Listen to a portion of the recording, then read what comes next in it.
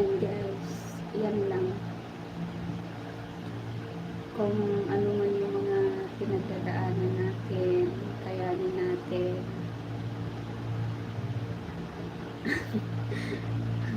Itawan na lang natin yung tawang aso. Kasi wala naman tayong magagawa kung ano natin yung sarili natin sa mga sad news, diba? Kung i-focus natin, mawawala tayo sa ating sarili. Kaya mag-focus naman tayo sa ating mga present. Ayan na guys, ating vlog. Balik work na muna tayo. Dito lang tayo sa kwarto.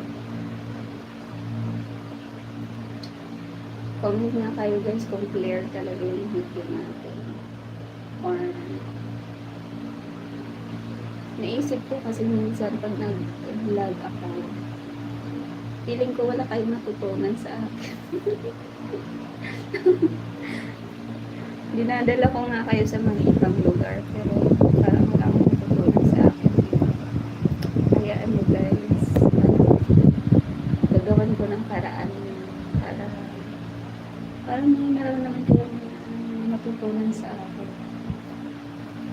Or meron naman akong i-share sa inyo mga knowledge, mga experience ko, or paano ako nagiging matatag sa araw-araw. Paano natin ngitian yung mga sadness, ganyan. Paano natin i-handle yung mga stress, or ganyan, basta. Ganyan na guys. Agad kung ano na lang ang meron. Na natin hanapin yung wala, diba? Yan lang ang ating buhay. Kailangan natin magpakatatag. Anong mga dumating na pagsubok sa atin.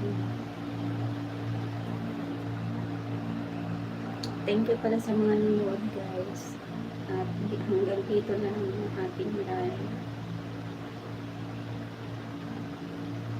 Hayaan nyo mag-vlog tayo ulit. Huwag nyo lang ako bawian ng subscribers guys. Grabe kayo. Ayan, mainit kasi dito. Kaya maagad-agad yung papakain talaga.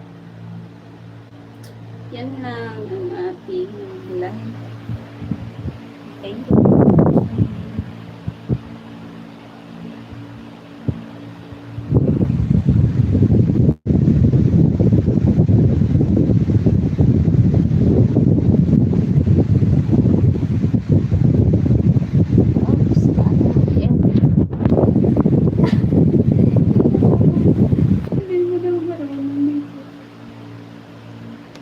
Ano mag-edit?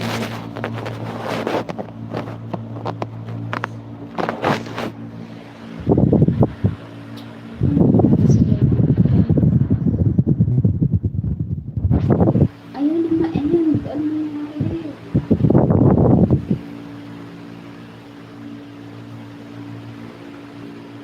Ayun na mag-start. Wala ka. Sino ba yan? Hi po.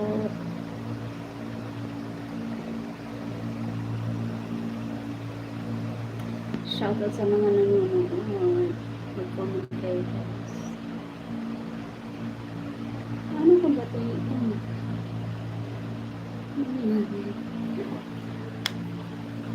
Hindi ako magaling sa ano sa pag-vlogging. Pero